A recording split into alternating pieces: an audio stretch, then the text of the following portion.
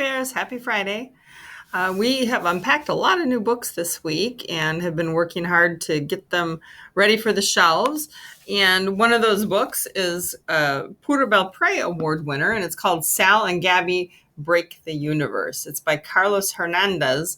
But you'll notice Rick Riordan's seal up here. So it's a Rick Riordan Presents book. So a lot of times authors who are popular, like Rick Riordan, the Lightning Thief series author, they will recommend other books. So to kind of promote other authors and kind of give their seal of approval for other book series.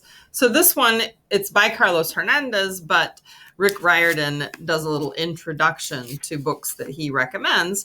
And I think his introduction is fun to read and tells you what the story is about. So Sal and Gabi's excellent universe-destroying adventure. You know how I can tell when a book is great? When I can't even describe it to you without ruining the marvelous surprises. I mean, I could try to explain why Gabi's father is called Lightning Dad, or why Sal's teacher, Dr.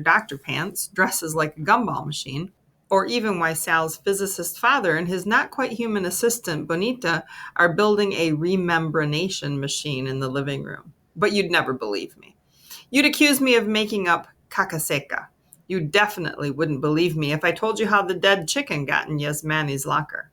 Was it sleight of hand? Was it actual magic? Was it, I don't know, something scarier? Something that might rip apart the universe and cause a cosmic mess so big even a super custodian like Mr. Milagros can't clean it up? You'll just have to dive into the story and find out for yourself. You're about to meet Sal Vidon.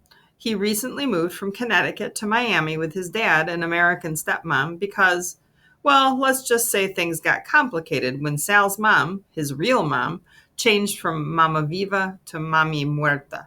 It's never easy to switch schools, even if Culeco Academy of the Arts seems much cooler than his old school.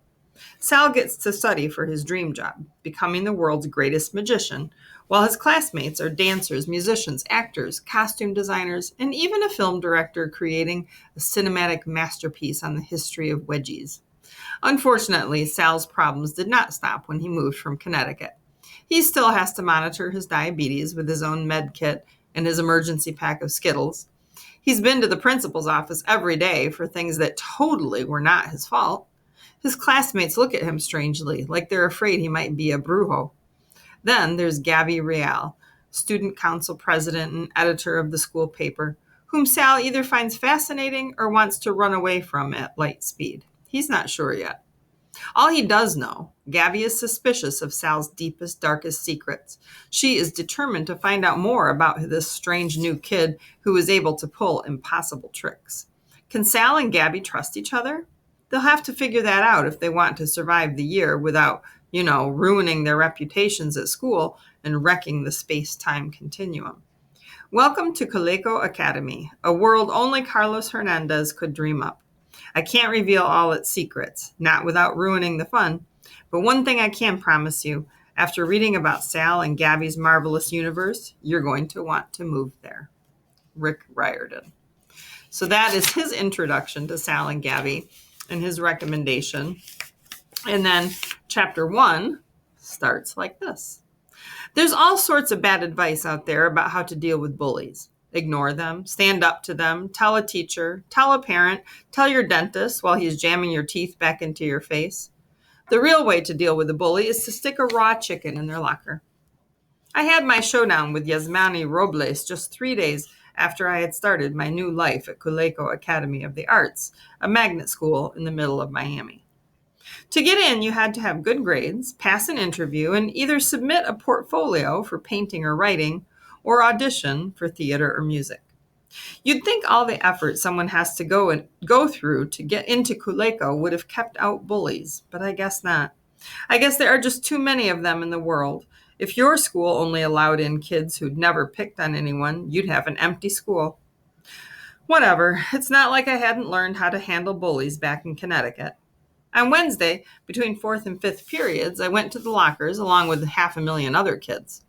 I stowed my history book and grabbed math so I could do my homework during lunch, then opened my bag of magic tricks and put on my gotcha stamp ring. We would be doing introductions in my 8th period theater class, and I thought I could use it to demonstrate some sleight of hand. Magic's kind of my thing. I had a minute before I needed to go, so I took out my diabetes bag and fished out my glucose meter. I thought I'd be all right until lunch, but I'd started to feel spacey and dreamy at the end of my last class. Blood sugar levels might be falling. Best to check now. As I rummaged, I noticed the tall kid next to me struggling to get his locker open.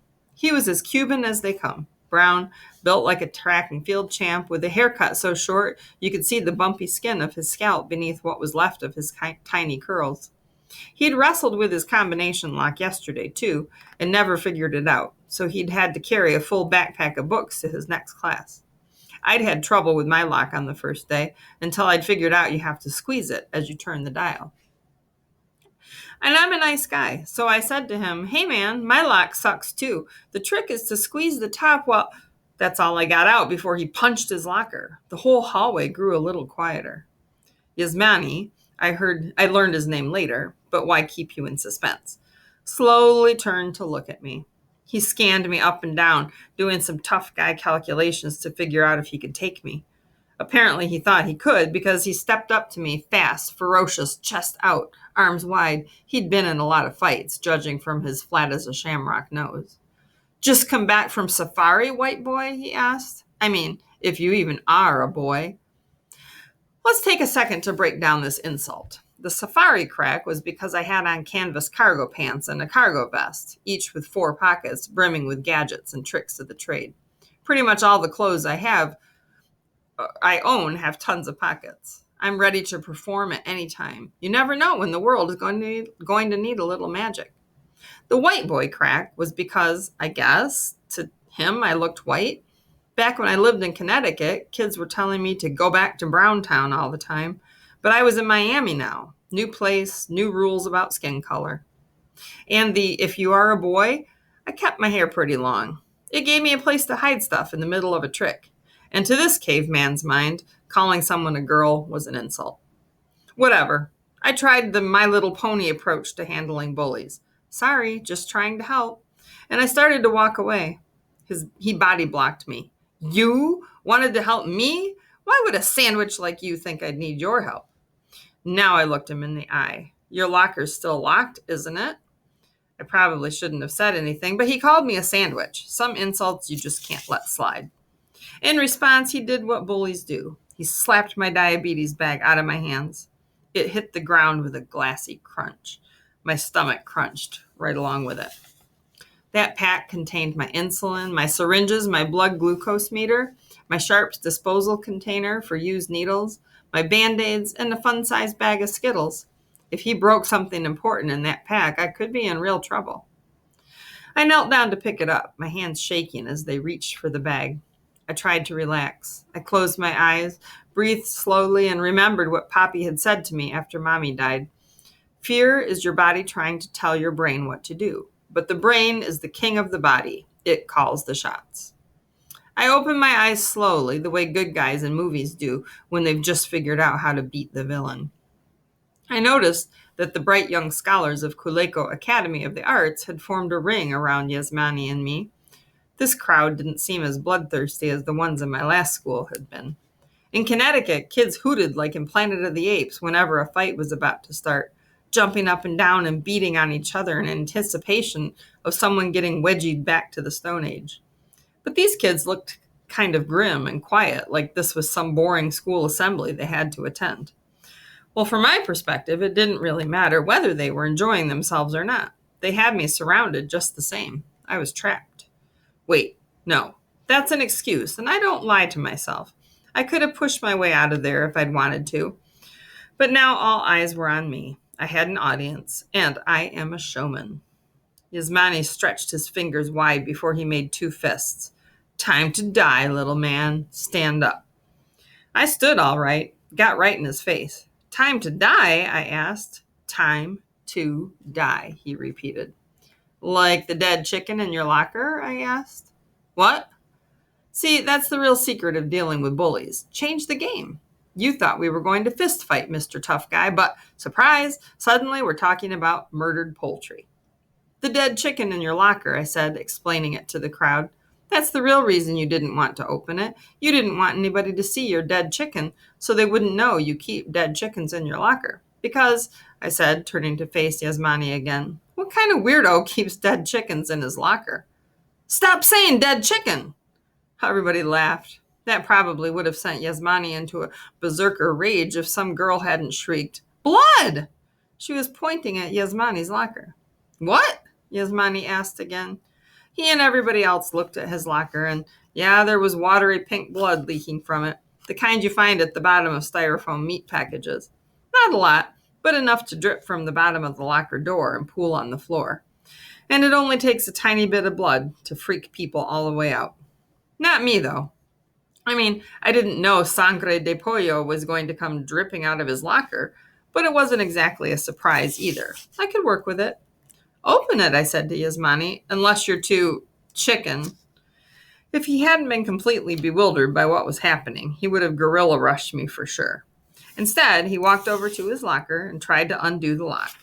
2, 4, 7 yanks on it, each angrier than the last. Then he punched his locker door again and said, I can't open the stupid thing. I keep trying, but I can't.